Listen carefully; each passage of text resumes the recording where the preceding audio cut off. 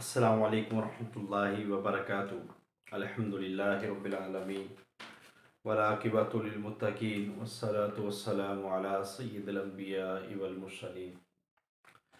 लाखों करोड़ों दुरूद व सलाम नबी पाक सल्लल्लाहु अलैहि वसल्लम की ज़ात पे और आपकी आल पे। मोहतरम स्कॉलर्स, अल्हम्दुलिल्लाह हमने दो तीन लेक्चर्स के अंदर सीरत नबी को मुकम्मल किया, मगर अभी सीरत के बहुत सारे पहलू जो है वो अभी बाकी हैं और इस पे एक क्लास हमने कल रखी है जो कि मुहाज़रात सीरत के हवाले से क्लास होगी।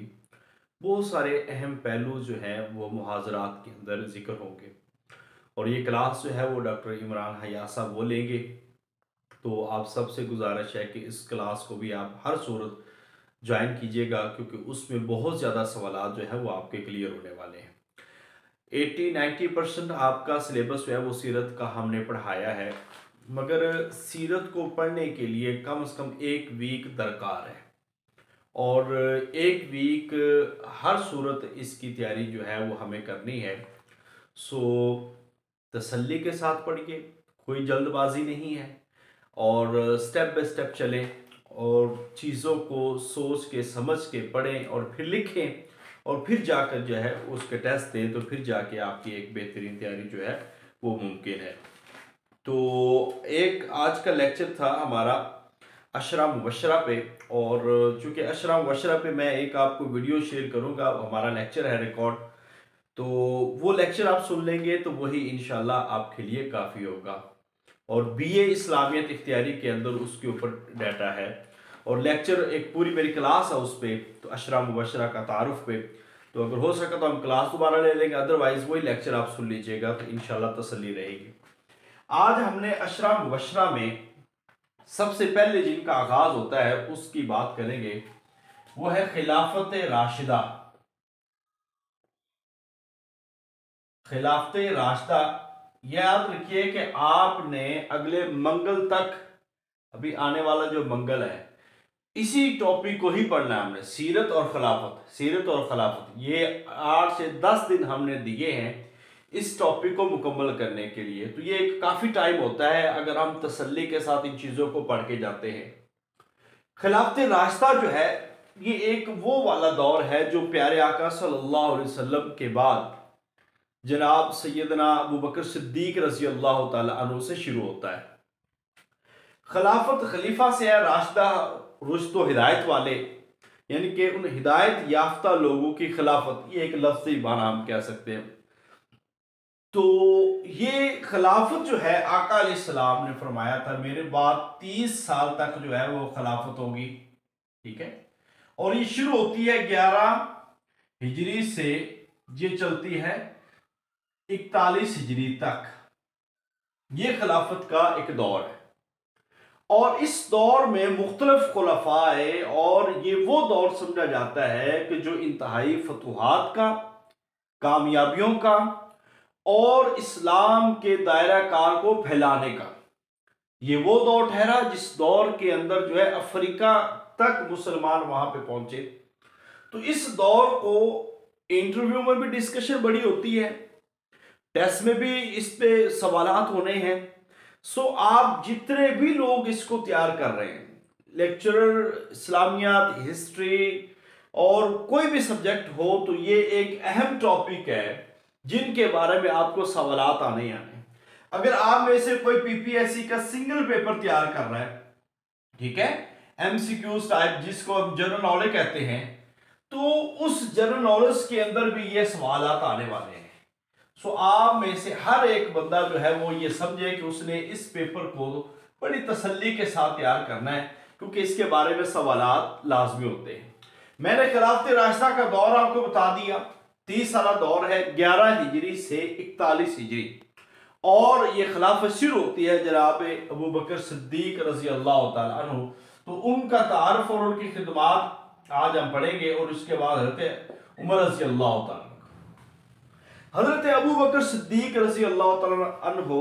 यहाँ पे 2-4 चीजें बड़ी अहम होती हैं जो याद करने वाली होती हैं। सबसे पहले तो हजरत अबू बकर सिद्दीक रजी अल्लाह तआला का नाम है अब्दुल्ला। नाम क्या है? अब्दुल्ला। इसके बाद कुनियत जो थी वो अबू बकर थी। अबू बकर ये कुनियत है, नाम अब्दुल्ला, कुनियत अबू बकर, और लकब जो थे वो सिद्दीक थे, सिद्दीक, और दूसरा लकब है अतीक, सिद्दीक और अतीक। इसके साथ साथ हजरत अबू बकर सिद्दीक रजी अल्लाह तआला अन्हु के वालिद का नाम था उस्मान बिन आमिर, उस्मान बिन आमिर अल मारूफ अबू कुहाफा, जो उनकी कुनियत है, वो कुनियत के नाम से ज्यादा मारूफ है।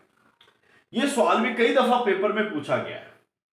अच्छा, इसके बाद हजरत अबू बकर सिद्दीक रजी अल्लाह तआला अन्हु की वालदा का नाम था सलमा।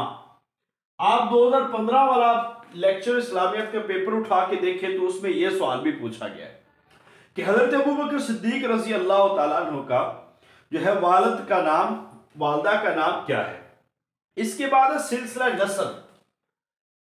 अच्छा, ये एक सवाल है, मगर इस सवाल में बड़ा इख्तिलाफ होता है, अभी भी इसमें कोई कंफर्मेशन नहीं है। बहरल यहां पे आपको ये बता दें कि हजरत अबू बकर सिद्दीक रजी अल्लाह तआला अन्हु का जो सिलसिला नस्ब है वो 7वीं पुश्त पे हजरत मोहम्मद मुस्तफ़ा सल्लल्लाहु अलैहि वसल्लम तक पहुंचता है। मगर ये जवाब अभी हमने कंफर्म करना है, फिर भी क्योंकि अभी मुख्तलिफ किताबों में मुख्तलिफ जवाबात है, और 2 जवाबात है, 6ठी या 7वीं, 6ठे नंबर पर, ठीक है। तो इसको भी मजीद आप लोग मिलकर हम इंशाल्लाह ताला इसको मजीद देखते हैं। तो कुछ लोगों ने 8वीं लगाया, वो गलत है, ये आप ध्यान में रखिए। है इन दोनों में से ज्यादा चांसेस 6ठे के हैं। मैंने अपनी मिसाली गाइड के अंदर भी 6ठे नंबर पे लगाया हो एक जगह पे। तो खैर ये आप देखेंगे तो इस जगह पे जाके सिलसिला नस्ब पहुंचता है और मुर्रा तक। आपका जो कबीला था बनु तैम, बनु तैम कबीला था। आज मैंने कबीलों के हवाले से और उनकी जो जिम्मेदारियां थी उसके हवाले से भी आपको एक थोड़े से नोट्स या थोड़ी सी चीजें इंशाल्लाह ताला डिस्कस करूंगा, तो आपने बड़ी तवज्जो के साथ, ये वो एक तारुफ है जो हजरत अबू बकर सिद्दीक रजी अल्लाह तआला अन्हु है। अब हजरत अबू बकर सिद्दीक रजी अल्लाह तआला अन्हु वो हैं जो मर्दों में सबसे पहले इस्लाम लाए, मर्दों में सबसे पहले इस्लाम लाए हैं। और आप जो हैं नबी पाक सल्लल्लाहु अलैहि वसल्लम के यारे गार हैं, जिनको कहा जाता है यारे गार, क्योंकि आप गार में प्यारे आका सल्लल्लाहु अलैहि वसल्लम के साथ। हजरत अबू बकर सिद्दीक रज़ी अल्लाह तआला की वालदा का नाम सलमा था, ठीक है, और उनकी कुनियत थी उम्मुल खैर, ये भी याद रखिए, उनकी कुनियत थी उम्मुल खैर, और इन्होंने इस्लाम कबूल कर लिया था। नबी पाक सल्लल्लाहु अलैहि वसल्लम की पैदाइश है 571 ईस्वी। हजरत अबू बकर सिद्दीक रजी अल्लाह तआला की पैदाइश है 573 ईस्वी, यानी कि प्यारे आका सल्लल्लाहु अलैहि वसल्लम से जनाब अबू बकर सिद्दीक रजी अल्लाह तआला अन्हु 2 साल छोटे थे। ये भी आपने याद रखना। अब हजरत अबू बकर सिद्दीक रजी अल्लाह तआला के जो वालिद थे अबू कुहाफा, इन्होंने भी इस्लाम कबूल किया है, और इन्होंने इस्लाम कबूल किया फतेह मक्का के मौका पर, फतेह मक्का के मौका पर इन्होंने इस्लाम कबूल किया है। अब अबू कुहाफा चूंकि एक नाबीना थे, और जब हजरत अस्मा रजी अल्लाह तआला अन्हा, ये किताबों में भी है, हजरत अस्मा रजी अल्लाह तआला अन्हा हजरत अबू बकर सिद्दीक जब नबी पाक सल्लल्लाहु अलैहि वसल्लम के साथ निकले हिजरत के राह, तो जो कुछ पैसे थे, कुछ जेवरात थे, वो उठा के निकल गए। अब हजरत अस्मा रजी अल्लाह तआला ने उस जगह पे कंकर रख दिए थे, और हजरत अबू कुहाफा आए और उन्होंने देखा कि अभी यहाँ पे पड़ा हुआ है, या वो सोच रहे थे कि शायद सारा कुछ ले गए। खैर ये एक बात है वो मुख्तसर से। तो ये अभी जो हमारे नॉलेज के लिए चीजें हैं वो अभी मैं आपको बता रहा हूं। अब इस्लाम लाने वालों में हजरत अबू बकर सिद्दीक रजी अल्लाह तआला अन्हु पहले हैं। हजरत अबू बकर सिद्दीक रजी अल्लाह तआला अन्हु की 3 बीवियां थी। जनाब सैयदना हजरत अबू बकर सिद्दीक रजी अल्लाह तआला अन्हु की 3 बीवियां थी। एक है उम्मे रोमान, एक है कतीला, एक हैं अस्मा। ये तीन बीवियां हैं नबी हज़रत अबू बकर सिद्दीक रजी अल्लाह तआला की। अब इनमें मुख्तलिफ बीवियों में मुख्तलिफ औलाद है, और इसमें सबसे याद रखिए हजरत उम्मे रोमान, इनमें से हजरत आयशा रजी अल्लाह तआला अन्हा, हजरत आयशा रजी अल्लाह तआला अन्हा, और इनके भाई थे अब्दुर्रहमान, ये इनसे औलाद थी उम्मे रोमान से। और उसके बाद कतीला से थे हजरत अब्दुल्ला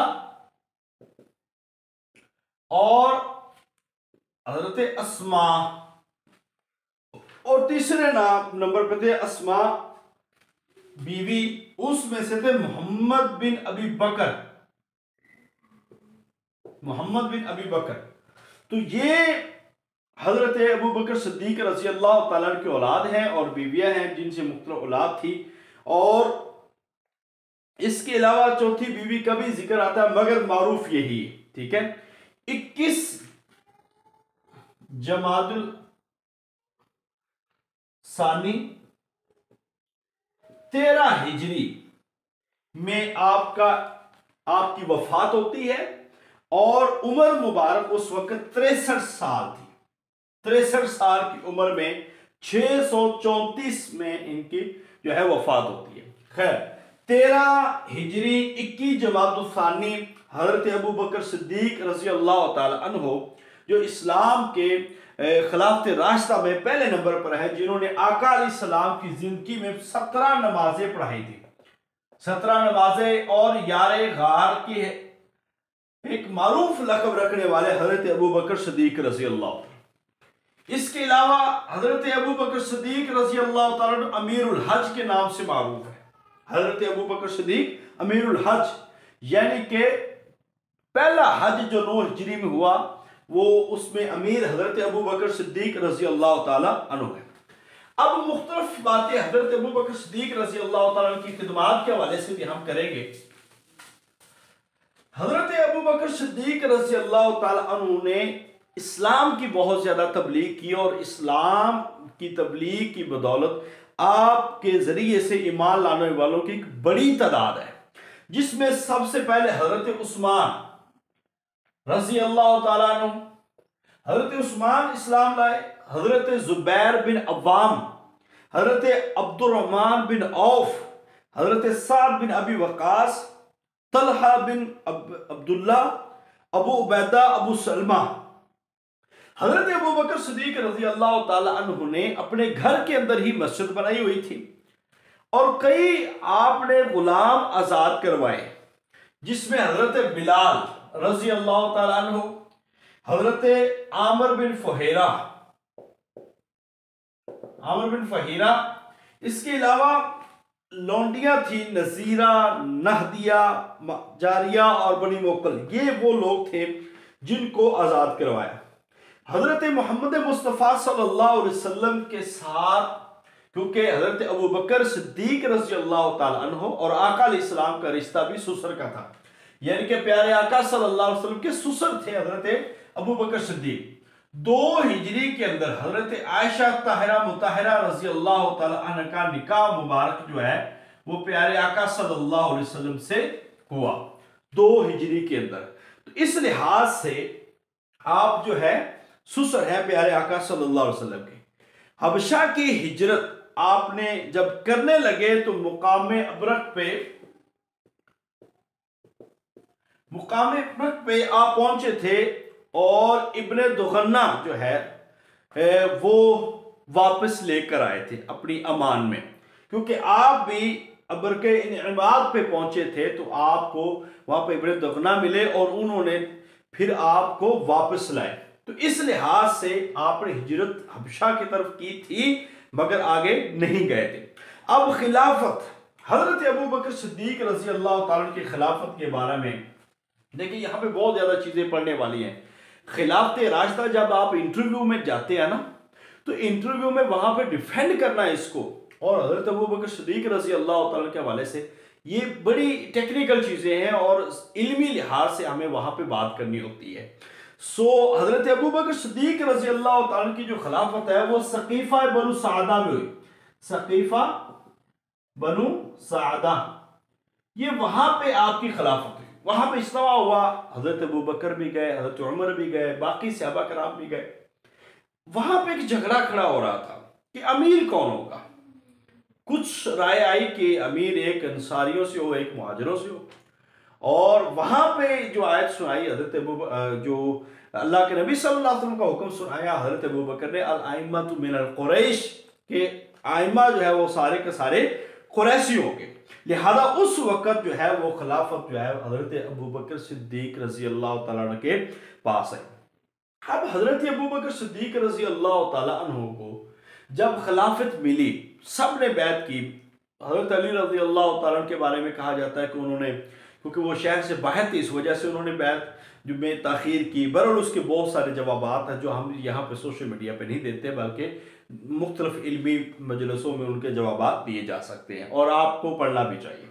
अब देखिए, हजरत अबू बकर सिद्दीक रज़ी अल्लाह तआला अन्हु ने जब खिलाफत संभाली,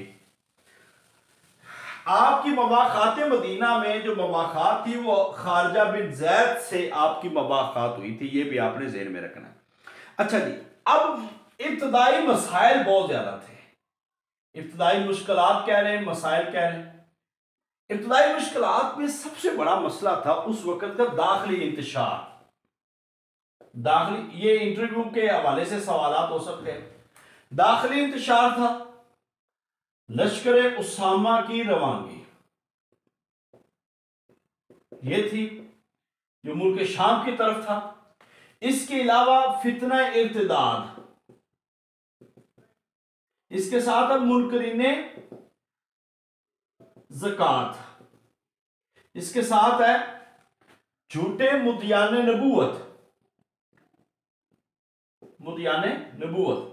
अब ये वो वाला एक सिलसिला था जो सैयदना अबू बकर सिद्दीक रजी अल्लाह तआला के दौर में आगाज के अंदर ही इनका सामना करना पड़ा। और हजरत अबू बकर सिद्दीक रजी अल्लाह तआला उन्होंने बड़े मुतब्बराना तरीक़ाकार से इस पे काबू पाया। दाखिली इंतशार में आप समझ सकते हैं कि रियासत का मामला था, उमरा के मामले थे, और नबी पाक सल्लल्लाहु अलैहि वसल्लम के बाद कोई सोच भी नहीं सकता था कि कौन बनेगा।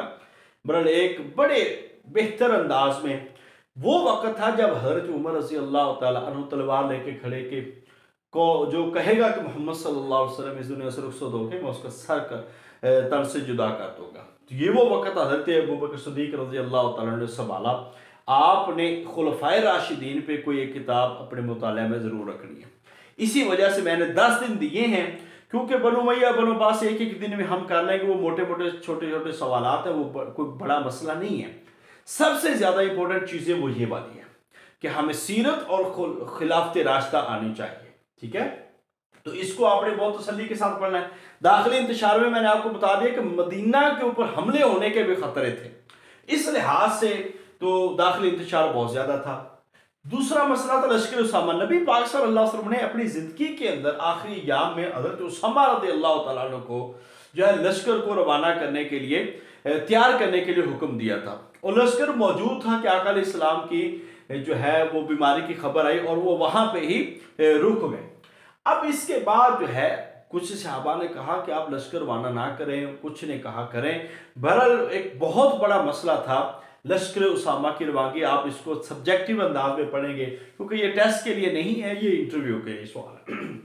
इसको हम उस वक्त भी बड़ी तसल्ली के साथ करेंगे। फिर मुख्तलिफ कबाइल थे वो मुर्तद हो गए थे। अब ये फितना इर्तिदाद बहुत बड़ा जालिम फितना था उस वक्त में। मुनकरीने ज़कात, कुछ लोग ऐसे थे जिन्होंने ज़कात देने से इनकार कर दिया। इवन कि कई सहाबा कहते थे कि हम इनके खिलाफ अभी नहीं लड़ेंगे क्योंकि वो मुसलमान तो हैं, चले ज़कात देते हैं। हजरत अबू बकर सिद्दीक रज़ी अल्लाह तआला अन्हु ने इस मौके पे भी एक बड़ा वाज़ेह मौक़िफ़ अपनाया।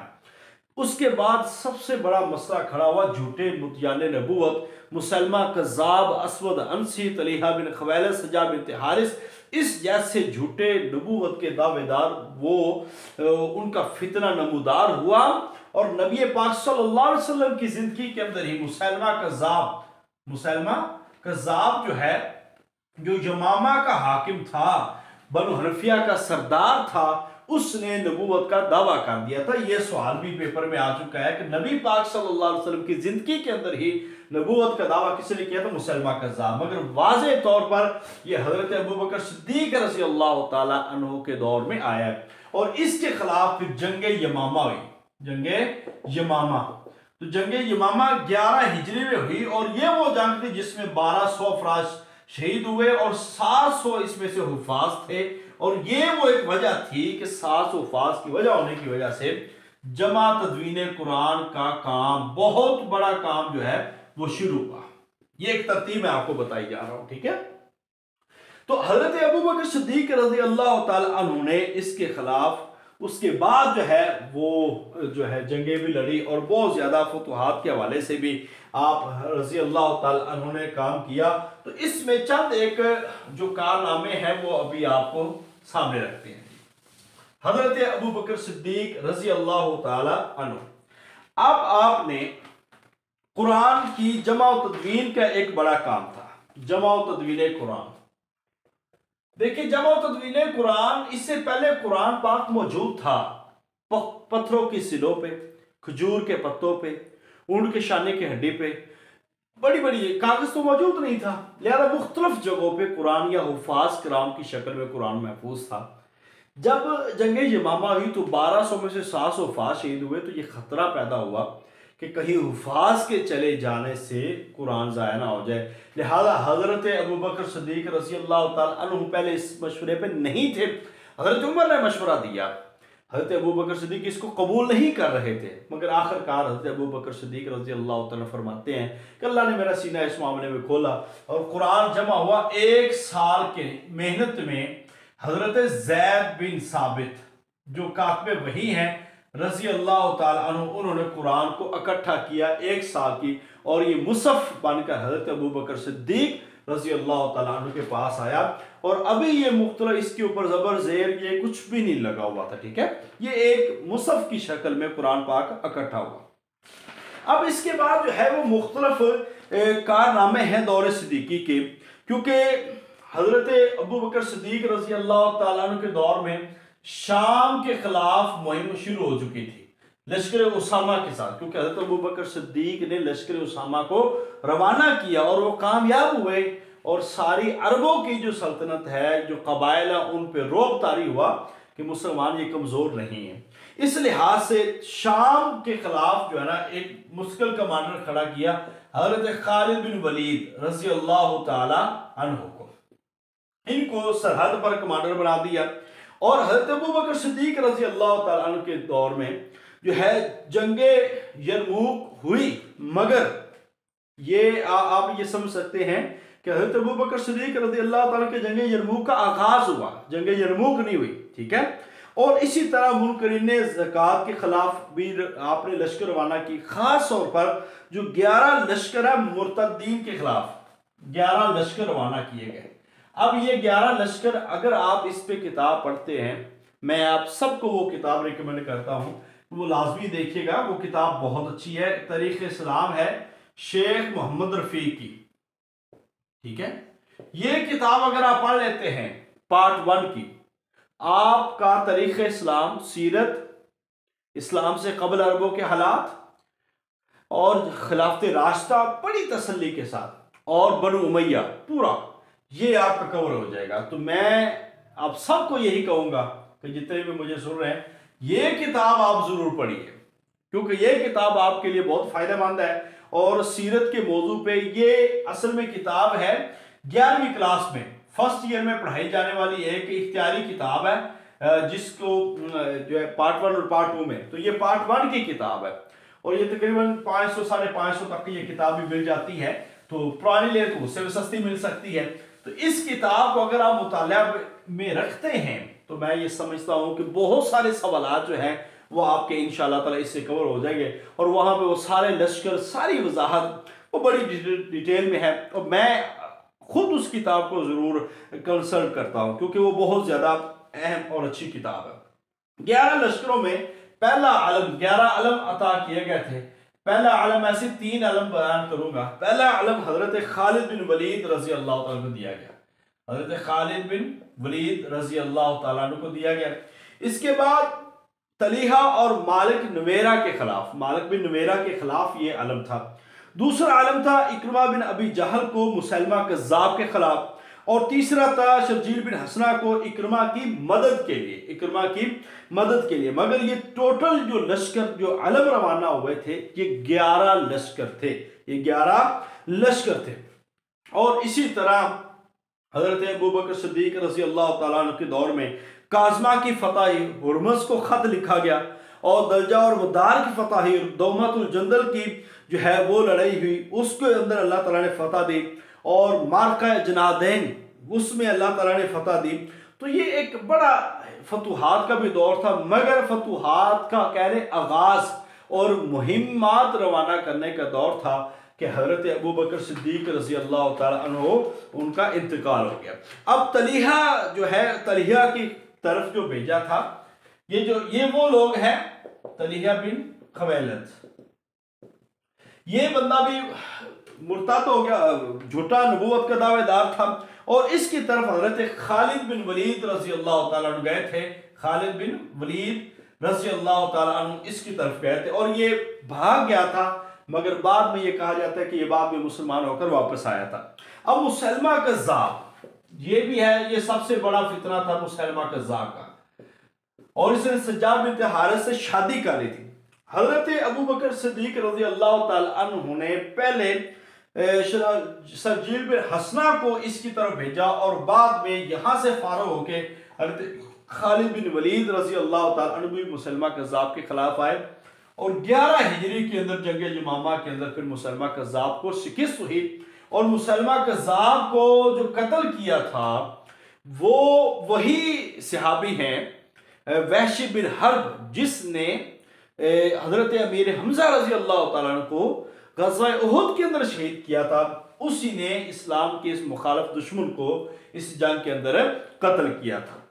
तो इस लिहाज से ये भी एक बड़ा मार्का था, अगरचे इसके अंदर मुसलमानों का नुकसान बहुत ज्यादा, क्योंकि बनो हनफिया की 30,000 तादाद थी, और इस लिहाज से ये बड़ा एक अहम था। असवद अनसी की तरफ भी नबी पाक सल्लल्लाहु अलैहि वसल्लम ने खालिद बिन वलीद को भेजा, और कैस बिन जो है मकशू और जो है ना असवद अनसी जो है ना यमन का रहने वाला था, इसने यमन के अंदर दावा किया था, और इसको फिर कत्ल कर दिया गया था। तो ये झूठे नबूवत के दावेदार थे जिन्होंने नबूवत का झूठा दावा किया था। सज्जाद बिन हारिस जिसने जो है तलीहा जो मुसलमा कज़्ज़ाब के साथ शादी कर ली थी, और इस लिहाज से ये बहुत ज़्यादा अहम है कि उसने सज्जा का ताल्लुक चूँकि बनु तगलब से था, ये एक औरत थी, इसने गोश्त शराब और जना इसको हलाल करार दिया था। इशा और फजर की नमाजें जो है वो माफ़ कर दी, हक बैर के अंदर ये उन्होंने लिखा मुसलमा कज़्ज़ाब ने।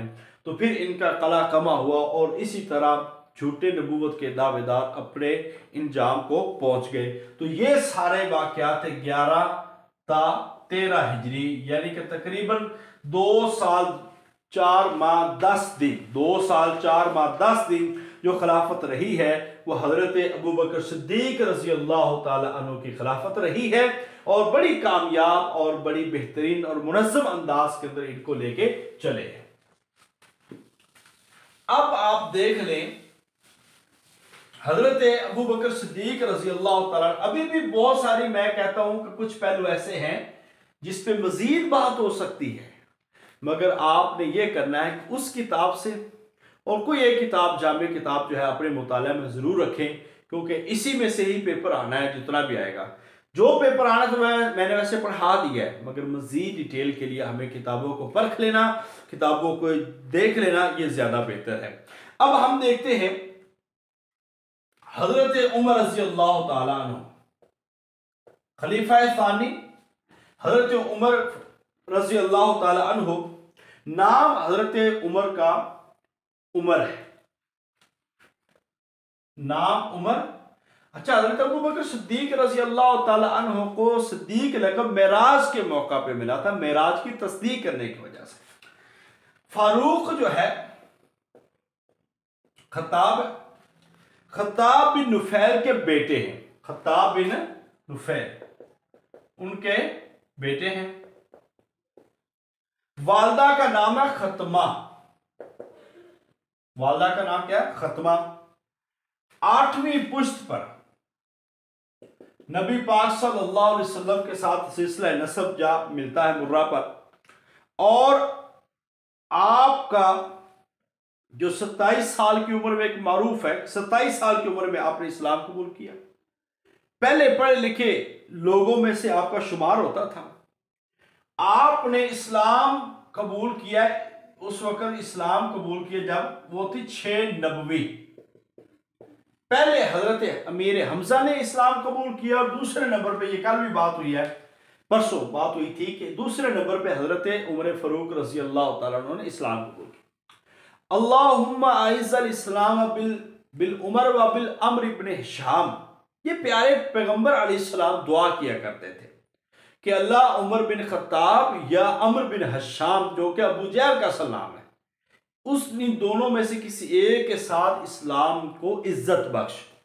सो ये दुआए रसूल है हजरत उमर फारूक रजी अल्लाह तआला अन्हु। नबी पाक सल्लल्लाहु अलैहि वसल्लम ने फरमाया कि अगर मेरे बाद कोई नबी होता तो उमर होते। ये हजरत उमर रजी अल्लाह तआला अन्हु के फज़ाइल और खसाइस के बारे में। हजरत उमर रजी अल्लाह तआला अन्हु जो है ये 11 हिजरी 13 हिजरी के बाद इनकी खिलाफत आती है, और एक तवील खिलाफत है। खुलफाए राशिदीन में दूसरे नंबर पे हैं जिनकी सबसे ज्यादा तवील खिलाफत है। हजरत उमर रजी अल्लाह तआला अन्हु 13 हिजरी हजरत अबू बकर सिद्दीक रजी अल्लाह तआला अन्हु की वफात के बाद, क्योंकि हजरत अबू बकर सिद्दीक रजी अल्लाह तआला अन्हु ही नामजद करके गए थे हजरत उमर रजी अल्लाह तआला अन्हु को। अगरचे लोगों ने बातें की, मगर हजरत अबू बकर सिद्दीक रजी अल्लाह तआला अन्हु ने नामजद किया। और इसके साथ साथ हजरत उमर रजी अल्लाह तआला अन्हु का दौर इतना शानदार, इतना सुनहरा है फतुहात के हिसाब से, और जो है इस्लाहात के लिहाज से, और जो मुल्कों के नज़्म व नस्क है उसके लिहाज से। ये बड़ा एक शानदार दौर है। हजरत उमर रज़ी अल्लाह ताला अन्हु की शहादत हुई है। मुगीरा बिन शोबा का एक गुलाम था जिसने एक फैसला करवाया था और उस फैसले पे नापसंदीदगी का इजहार किया था, और फिर हजरत उमर रज़ी अल्लाह ताला अन्हु को धमकी लगा के गया था। वो फैसले की बड़ी डिटेल आप पढ़ सकते हैं। अबू लोलो फेरोज उसका नाम था। उसने फजर की नमाज में हजरत उमर रज़ी अल्लाह ताला अन्हु पे हमला किया, और इस तरह हजरत उमर रज़ी अल्लाह ताला अन्हु यकम मुहर्रम 24 हिजरी को शहीद हो गए। हजरत सुहेब रज़ी अल्लाह ताला अन्हु ने नमाज जनाजा पढ़ाई। 65 साल उम्र बताई जाती है। 10 साल 6 माह 4 दिन आपने खिलाफत की है, और अपने बाद आपने एक खिलाफत कमेटी बनाई थी। उस खिलाफत कमेटी के मेंबरान की तादाद थी 6, और यही फरमाया गया था कि ये 6 लोग आपस में फैसला करेंगे कि इसके बाद जो है वो खलीफा कौन होगा। तो हजरत अबू बकर उमर रज़ी अल्लाह ताला अन्हु का जो दौर है, दौर फारूकी, ये दौर इतना शानदार है और इतना फतुहात के लिहाज से अहम दौर है कि इस दौर के अंदर बहुत ज्यादा इस्लाहात हुई हैं। अभी हम उन इस्लाहात पे बात करेंगे। हजरत उमर रज़ी अल्लाह ताला अन्हु का दौर फारूकी है 13 हिजरी ता 24 हिजरी, ये दौर है। इस दौर के अंदर बहुत सारे मार्के हुए। सबसे पहला मार्का जो मुसलमानों के अंदर जज्बा शहादत और जज्बा शौक पैदा कर गया वो था मार्का जंगे जसर। जसर एक पुल का नाम है। ईरानियों के खिलाफ ये जंग थी, और जब ईरानी हाथी लेकर आए थे तो उससे जो अरबी घोड़े वो बिदक गए, और ये जो पुल पे वापसी होते हुए पुल टूट गया, और इस तरह कई मुसलमान जो है वो जंगे जसर के अंदर वो शहीद हो गए। और इसी तरह अबू उबैदा भी इसी जंग के अंदर शहीद हो गए, और दरिया की नजर हो गया, और कुछ वैसे शहीद हो गए। तो इस जंग ने पूरे अरब के अंदर एक हलचल मचा दी और मुसलमानों के अंदर एक जोश जिहाद पैदा किया, जिसकी वजह से फिर जहां भी गए मुसलमान कामयाबियां समेटते रहे और कामयाब ठहरे। अब आपको ये बता दें कि यहाँ पे बहुत सारी जगह हैं जिनका जिक्र होता है। तो यहाँ पे एक इराक और एक है ईरान और तीसरा है शाम। ये तीन इलाके अहम इलाके थे जो उस वक्त की सुपर पावरें थी, और इन्हीं के खिलाफ हजरत उमर रजी अल्लाह तआला अन्हु ने जो है वो फतुहात हासिल की हैं। अब इसमें आप देखते हैं कि मार्का हमद ये एक बड़ा खास मार्का है जिसके अंदर यजदगर जो है वो मौजूद था, जो उनका ईरानियों का बादशाह था। उनकी तरफ यजदगर था और नुमान बिन मुकरम जो है ये मुसलमानों की तरफ थे। अब हम इसकी वजाहत की तरफ नहीं जा रहे, सिर्फ थोड़ा थोड़ा आपको बता रहे हैं, ठीक है। ये 21 हिजरी में हुआ है।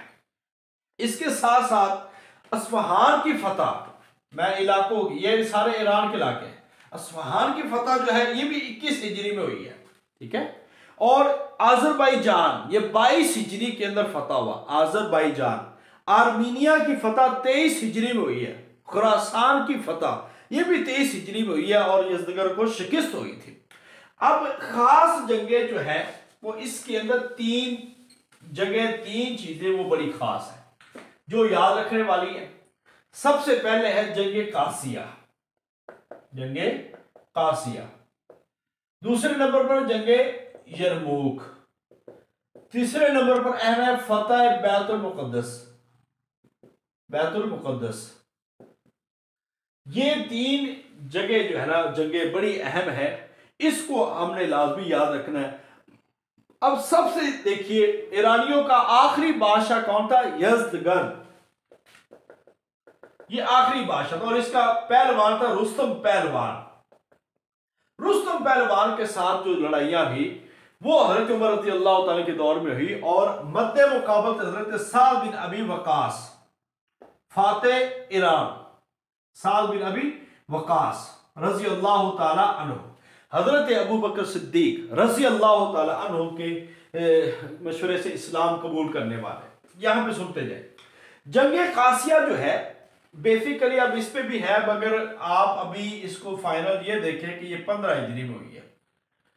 अब शेख रफीक वाली किताब देखेंगे तो वहां पे 14 हिजरी है, ठीक है।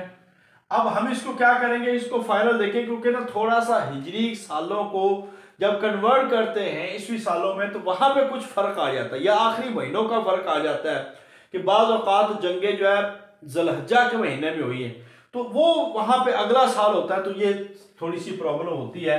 बहरहाल ये आप ज़हन में रखिए कि 15 हिजरी में जंगे कासिया। अब जंगे कासिया जो है ये एक सबसे खूनरेज जंग ठहरी है और सबसे खौफनाक जंग जो है वो जंगे कासिया ईरानियों के खिलाफ, और ये वो जंग थी जिसने मुसलमानों की फतह का झंडा गाड़ दिया था और अलम बुलंद किए थे वहां पे। तो जंगे कासिया में आप ये देखते जाएं कि दो ग्रोह थे, एक मुसलमानों का जो कि ज़ेरे क़यादत था हज़रत साद बिन अबी वक़ास रज़ी अल्लाह ताला अन्हु, और दूसरा था रुस्तम पहलवान। इसके साथ ये कमांडर थे, ये सिपा सलार थे। अगरचे हजरत साद बिन अबी वक़ास रज़ी अल्लाह ताला अन्हु भी इसमें मौजूद थे, मगर इर्क़ निसा जो है आपकी कब्र में जो एक तकलीफ थी पट्ठों की, तो उस वजह से आप वहां पे पीछे कमांड कर रहे थे, ठीक है। अब यहां पे आपने देखना है रुस्तम पहलवान और हजरत साद बिन वक़ास के दरमियान जंगे कासिया। इसकी इब्तिदा जो है वो एक सफारतकारी से हुई, फिर हजरत आसिम गए, वो सारा एक वाकया शेख रफीक वाली किताब में बड़ी तफसील के साथ है कि उन्होंने अपनी मट्टी दे दी और हजरत आसिम ने कहा कि दुश्मन ने तो अपनी मट्टी हमारे हवाले कर दी है। तो ये सारे वाकयात वहां पे सारे आएंगे। तो हजरत उमर फारूक रजी अल्लाह ताला की दौर की सबसे कामयाब तरीन जंग जो है वो जंग कासिया है, जिसके साथ ईरान फतह हो गया, क्योंकि ईरान की फतह जो है ये एक बहुत बड़ी कामयाबी थी, क्योंकि किसरा के खजाने और किसरा के कंगर बताए जाते हैं। अच्छा जी, साद बिन अबी वक़ास रज़ी अल्लाह ताला अन्हु की जंग कासिया जो है वो 15 हिजरी में हुई। तो उसमें आगे 3 दिन बड़े खास हैं, उनको याद रखना है। ये कासिया के 3 मार्के हुए हैं, एक पहला मार्का, दूसरा मार्का और तीसरा मार्का। इन तीनों मार्कों के नाम हैं। सबसे पहले मार्क को कहते हैं यौम इरमास, यौम इरमास। दूसरे मौके को कहते हैं यौम अगवास। ये पेपर में पूछे गए हैं, मैं इसलिए इसको इग्नोर ना कीजिएगा। और तीसरे को कहते हैं यौमुल हरीर, यौमुल इमास, और इसको खौफ की रात भी कहते हैं। ठीक है, तो ये 3 मार्के थे जंगे कासिया के, और इसके बाद जो कासिया जो है वो फतह हो गया। तो इस तरह ईरान की जो आखिरी बादशाह यज़दगर वो भाग गया, बाद में उसको भी कत्ल कर दिया। तो इस लिहाज से मुसलमानों की जो सबसे अहम जंग जो है ईरान की फतह के हवाले से वो जंगे कासिया है। और ईरान के फातेह कौन है? हजरत साद बिन अबी वक्कास। ये भी याद रखना, ये पेपर में सवाल आ जाएगा। फातेह ईरान हजरत साद बिन अबी वक्कास, और ये मार्के थे। इसके बाद दूसरी जंग जो एक बड़ी अहम है वो है जंगे यरमूक। जंगे यरमूक कब हुई? इतना याद रखना है, जंगे यरमूक 15 हिजरी। और यरमूक एक दरिया का नाम है, और एक वो मैदान है जो ये दरिया उर्दू तक पहुंचता है। एक मैदान है, उस मैदान में ये जंग हुई थी, इस वजह से इस जंग को जंगे यरमूक का नाम दिया गया है। और इसी तरह इसके बाद 16 हिजरी आता है, मुकाम जाबिया। 16 हिजरी का वक़्त मुकाम जाबिया पे पहुंचे हजरत उमर रज़ी अल्लाह तआला अन्हु, और वायदा हुआ बैतुल मुक़द्दस फतह हो गया। ये ईसाइयों के साथ जो इनका उस पर कब्जा था उनके साथ वायदा हुआ, और जब हर तरफ से ईसाई घेरे में आ गए तो उस वक़्त फिर उन्होंने बैतुल मुक़द्दस की फतह हुई, और हजरत उमर रज़ी अल्लाह तआला अन्हु को बुलाया। हजरत उमर रज़ी अल्लाह तआला अन्हु वहां पे गए और बैतुल मुक़द्दस की चाबियां आपके हवाले की गई। तो ये बैतुल मुक़द्दस 2 मरतबा फतह हुआ, एक सैयदना उमर रज़ी अल्लाह तआला के दौर में और एक सुल्तान सलाहुद्दीन अय्यूबी के दौर में, और आज तक दोबारा वो फतह नहीं हो सका। इसके बाद है मिस्र की फतह। जब मिस्र की फतह जो है वो 21 हिजरी है। मिस्र की फतह 21 हिजरी। फाते मिस्र हजरत अमर बिन आस, हजरत अमर बिन आस रज़ी अल्लाह तआला अन्हु को फाते मिस्र कहा जाता है, और फाते लीबिया भी इन्हीं को कहा जाता है। फाते लीबिया भी इन्हीं को ही कहा जाता है। फाते दिमश्क जो है वो हजरत खालिद बिन वलीद हजरत अबू उबैदा को कहा जाता है। फाते दिमश्क और हजरत खालिद बिन वलीद रज़ी अल्लाह तआला अन्हु को। इसके बाद एक और वक़्त था कि जब 17 हिजरी का वक़्त है, 17 हिजरी का आखिर, जब एक बीमारी फैली थी ताउन अमवास। ताउन अमवास यानी कि ये एक बीमारी थी जो उस वक्त फैली थी और मुसलमानों में बहुत ज्यादा थी 17 हिजरी के आखिर में। और इसमें बड़े जलील और कदर सहाबा कराम, जिसमें हजरत अबू उबैदा बिन जर्राह है, मुआज बिन जबल है, हजरत सुहैल बिन अमर है, 25,000 सहाबा कराम जो है वो शहीद हो गए। 25,000। और फिर हजरत उमर रज़ी अल्लाह तआला के मशवरे से मुख्तलिफ पहाड़ों पे इनको फैला दिया गया और बीमारी वो ख़त्म हुई। तो भरल ये एक बड़ी खौफनाक बीमारी थी जिसने इतने बड़े जलील क़दर सहाबा कराम और इतनी बड़ी तादाद में उनकी जान ली। तो इस लिहाज से ये ताउन अमवास भी तारीख़ इस्लाम के अंदर एक याद रखे जाने वाला एक सान्या है। इसके बाद हम फतुहात की तरफ से निकल के हम जाते हैं हज़रत उमर रज़ी अल्लाह तआला अन्हु के अव्वलियात की तरफ, जिसको कहते हैं अव्वलियात उमर रज़ी अल्लाह तआला अन्हु। अव्वलियात उमर में आपका तनख्वाहों का निज़ाम, पेंशन का निज़ाम, मर्दमशुमारी, जेल खाने और इसी तरह थाने, बाकायदा तौर पर फौज का निज़ाम, ये सारे के सारे जो बैतुल नारे खुदवाना, नारे अमीरुल मोमिनीन, नारे खुदवाना, ये हज़रत उमर रज़ी अल्लाह तआला के दौर में हुई है। और खराज और उशर, सरकारी ज़मीनों पे टैक्स, बराह रास्त टैक्स और उशूर जो कि एक गैर मुल्की तजारती टैक्स होता है, ये भी उशूर भी हज़रत उमर रज़ी अल्लाह तआला के दौर में शुरू किया गया। अब फौजी निज़ाम जो है वो 15 हिजरी के अंदर बाकायदा तौर पर फौजी निज़ाम आ गया, फौजी निज़ाम। और इसी तरह फौज की 2 अक़साम की गई, एक रज़ाकराना फौज और एक पेशवराना फौज। फिर फौजी छावनियां बनाई गई, कैंट जिनको कहते हैं। महकमा आबपाशी, पानी का निज़ाम भी।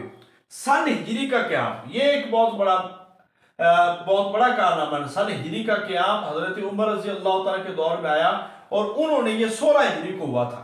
16 हिजरी को उन्होंने फिर नबी पाक सल्लल्लाहु अलैहि वसल्लम की हिजरत के पहले साल को से सन हिजरी जो है वो आगाज किया।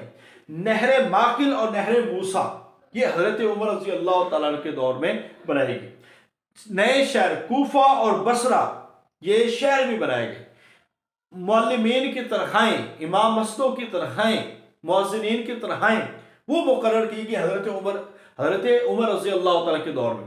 और ऐसी जंगी घोड़े और इसी तरह शराब नोशी की सजा जो है वो 80 कोड़े ये हजरत उमर रजी अल्लाह तआला के दौर में की गई है। तो इस लिहाज से ये दौर हजरत उमर फारूक रजी अल्लाह तआला का बड़ा अहम है। और ये जो एक बड़ा चमकता दमकता सूरज था वो आखिर गुरूब हुआ। अबू लोलो फिरोज मजूसी जो था उसके एक खंजर के वार से हजरत उमर रजी अल्लाह तआला पे 6 जब वार हुए तो हजरत उमर रजी अल्लाह तआला उन वारों की बदौलत जो है वो शहीद हो गए। यकम मुहर्रम 24 हिजरी को हजरत उमर रजी अल्लाह तआला की शहादत हुई है। और इस लिहाज से हजरत उमर रजी अल्लाह तआला का दौर जो है वो 10 साल 6 माह 4 दिन रहा। और आपने फिर मजलिस खिलाफत जो है कमेटी बनाई और उस कमेटी के अंदर 6 अफराद को शामिल किया गया था। तो इस लिहाज से आपने ये दौर भी लाजमी ये रखना है। अब कुछ फातिह के लिहाज से मैंने बता दिया। फातिह मिस्र कौन है? हजरत अमर बिन आस। फातिह ईरान हजरत साद बिन अबी वक़ास। फातिह यरमुक हजरत अबू उबैदा बिन जर्राह। फातिह इराक हजरत खालिद बिन वलीद। फातिह इराक और बैतुल मुक़द्दस मकाम जाबिया पे ये मुआहदा हुआ था। फातिह शाम जो है ये हजरत खालिद बिन वलीद और हजरत अबू उबैदा को कहा जाता है। और फातिह कादसिया ये हजरत साद बिन अबी वक़ास को कहा जाता है। तो इस लिहाज से आप हजरत उमर फारूक रजी अल्लाह तआला अन्हु, हजरत अबू बकर सिद्दीक रजी अल्लाह तआला अन्हु के कारनामे और उनकी जो तारुफ है उन पे आपने इन चीज़ों को याद रखना है। और याद रखिए ये बहुत इंपॉर्टेंट चीज़ें हैं और इसमें से पक्का आपको पेपर आना है। 3 से 4 नंबर का पेपर आपको खुलफाए राशिदीन में से आ रहा है पेपर।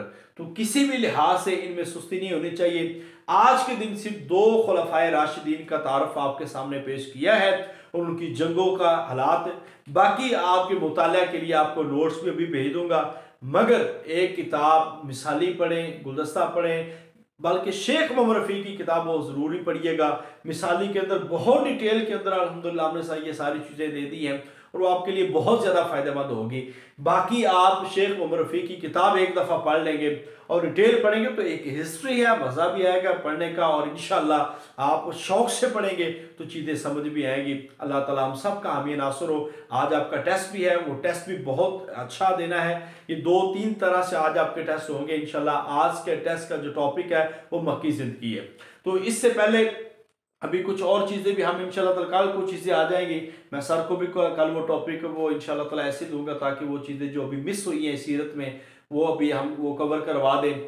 तो मज़ीद आपको इंशाल्लाह ताला कुछ नोट्स हम आपको भेज देंगे, वो भी करेंगे। हाँ, एक और चीज़ कीजिएगा कि आप ना इस दफ़ा मिसाली गाइड को जब सीरत शुरू होती है तो सीरत के शुरू में कुछ सीरत की किताबें दी गई हैं, सीरत की कुतुब या कुतुब सीरत।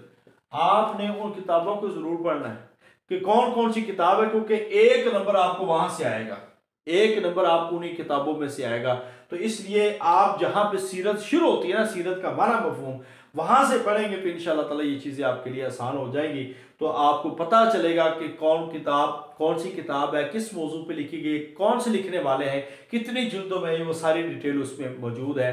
बाकी एक कोशिश हम करते हैं और मिसाली ग्रुप का यही खासा है, एक कोशिश है जो आपके लिए हम करते हैं और एक चीज़ों को आसान बना के और टू द पॉइंट।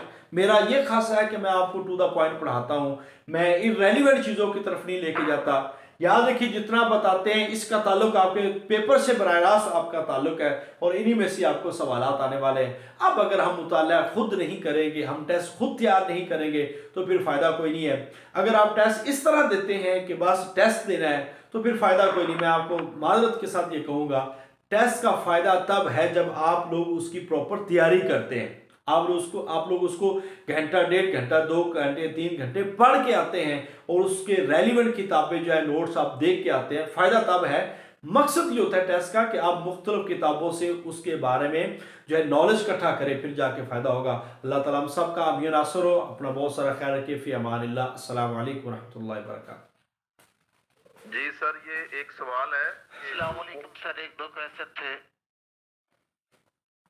सर, ये नबूवत का सबसे पहले झूठा दावा किसने किया सबसे पहला? मुसलमा कज़्ज़ाब। अच्छा अच्छा। सर, जंगे यमामा थी, इसमें जो हुफ़ाज़ किराम शहीद हुए थे उनकी तादाद 70 थी या 700 थी? 700 थी, क्योंकि 70 की रिवायत भी हमने देखी है। अगर देखी है तो सर वो शेयर कर दीजिएगा। बाकी मेरे इल्म के मुताबिक ये 700 टोटल 1200 सहाबा किराम शहीद हुए। जी जी सर, हमने भी यही पढ़ा है कि 700 ने शिरकत की थी, उनमें से 70 शहीद हुए हैं। नहीं, ये आपने पढ़ा होगा, मगर मेरे इल्म के मुताबिक यही है। अगर इसमें कोई इख्तलाफ है तो आप ज़रूर शेयर कीजिएगा, क्योंकि 1200 सहाबा किराम शहीद हुए थे और 700 उसमें से ये कहा अस्सलाम वालेकुम सर। जी वालेकुम सलाम जी। सर, ये पूछना था सर जुबैर साहब, 1 मिनट पहले एक बंदे को बात कर लेने दे प्लीज़।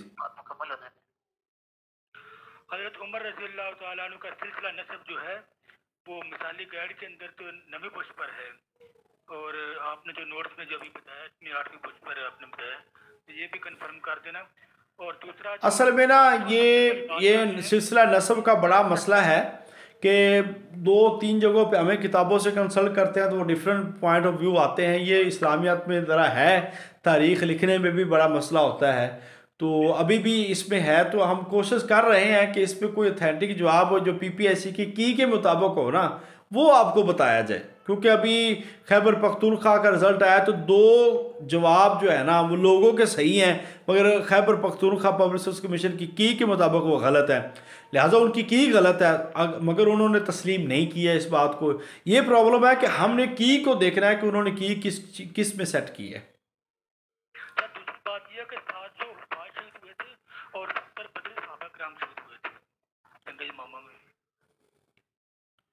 70 बदरी सहाबा।